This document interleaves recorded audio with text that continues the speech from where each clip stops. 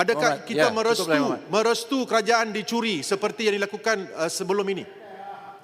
Ya, Muhammad, saya balik kepada tajuk yang lain, Muhammad. Dan pekukukan akta ini yang boleh melompat-pati selepas ini. YB Beluran, boleh saya Ya. dapatkan penjelasan? Saya faham apa yang disebut oleh YB Beluran tadi dan sudah tentu kejelasan itu penting. Tapi saya nak tahu tentang apa yang berlaku di Dun Perlis contohnya.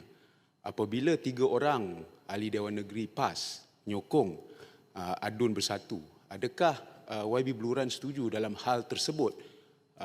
YB PAS itu sepatutnya mengosongkan kerusi dan apa yang dibuat oleh speaker dalam situasi tersebut adalah tindakan yang tepat, iaitu mengumumkan bahawa kerusi tersebut adalah kosong. Terima kasih.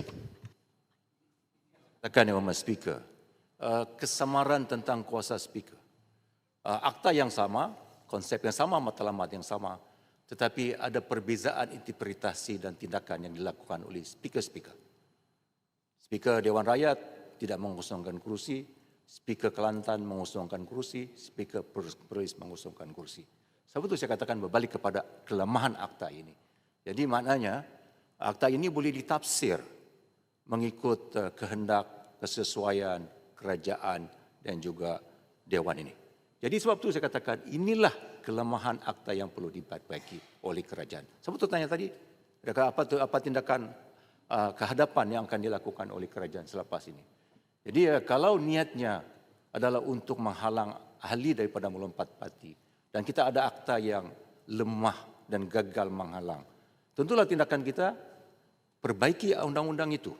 Kalau tidak, kita masukkan undang-undang itu dan biarkan aktiviti sukan melompat ini berterusan berlaku di kalangan kita. Beluran.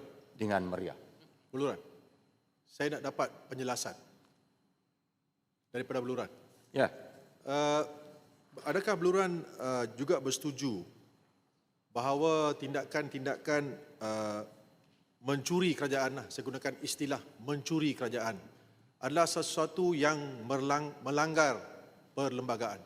Saya rujuk kembali kepada apa yang dibangkitkan oleh Bangi tadi, yang menyebabkan seorang Menteri Besar terpaksa melepaskan jawatan. Tindakan-tindakan sabotaj yang dilakukan di antara Bersatu dan PAS. No.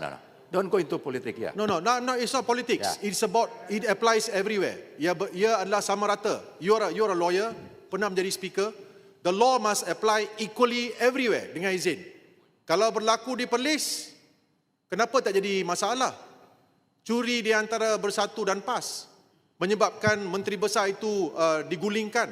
Why don't you not want to speak about it? Kenapa tak mau bercakap tentang perkara itu? Adakah itu boleh dilakukan?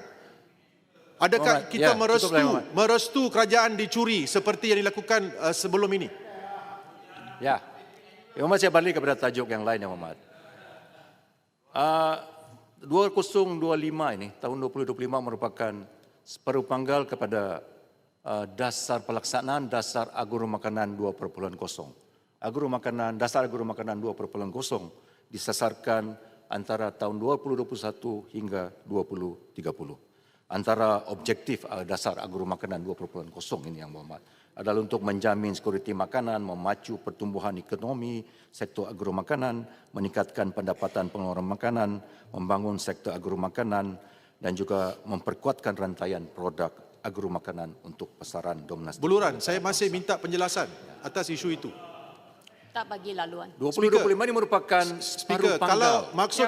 Kalau kita untung panggal. tak bising. Kalau kita untung tak bising. Kalau kita rugi kita bising. You tak pernah bising pasal anti lompat kerana you untung terhadap pelompatan. Beluran, Yang saya berhormat. pernah bising lah. Saya jadi mangsa kerajaan yang dicuri dahulu. Ya. Yang Berhormat sila duduk.